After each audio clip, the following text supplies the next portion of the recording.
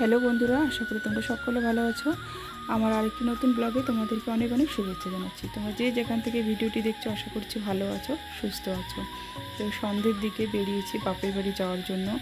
অনেকদিন থেকে যাওয়া হচ্ছিল না, মানে যাই আর চলে আসি, থাকা হচ্ছিল না। ভাবছি যে কদিন থেকে আসি। তো আসার পরে সেদিন আর কোনো ব্লগ ভিডিও করিনি। তো তারপরের দিন সকালবেলা, রাত্রিবেলা তো প্রতিদিনই বৃষ্টি হচ্ছিল, জল লাগিয়ে দিয়েছে। তো আজকেও ঝিমঝিম করে বৃষ্টি পড়ছে। তো উঠে তারপর মুখ টুক ধুয়ে চা খেয়ে নিয়েছি। আর বাপের বাড়ি আসলে জানোই তো, সবারই ওরকম হয়, মানে বেলা করে ওঠা। আর এখানে তো কোনো কাজ নেই। তো চাটা খেয়ে তারপর বোন এদিকে রান্না করলো সিদ্ধ ভাত, ওরা খেয়ে নিচ্ছে, তারপরে আমি খেয়ে নেব। সিদ্ধ ভাতটা ওই করলো, কারণ আমি এখানে কদিন রেস্ট নেওয়ার জন্য আসছি।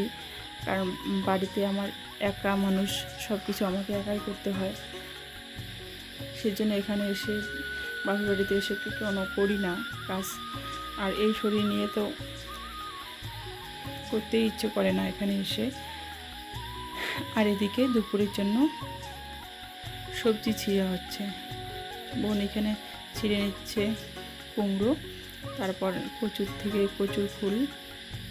তো এগুলোই হবে আজকে, এগুলো কেটে দেবে ও, তারপরে আমি চান করব। মা রান্না বসিয়ে দিয়েছে, আমি চান করার পর তারপরে মেয়েকে চান করিয়ে দেবো।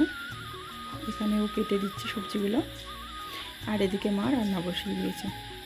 তো চান করতে করতে তো ভাত হয়ে গেছে, কুমড়োর ঘন্ট, লেবু, পাঁঠার মাংস, তারপরে কচুর ফুলের ডাল। তো বোনেরা আজকে বাড়ি যাচ্ছে। তো আজকে ব্লগটি কেমন লাগলো অবশ্যই কমেন্ট করে জানাবে, সাবস্ক্রাইব করে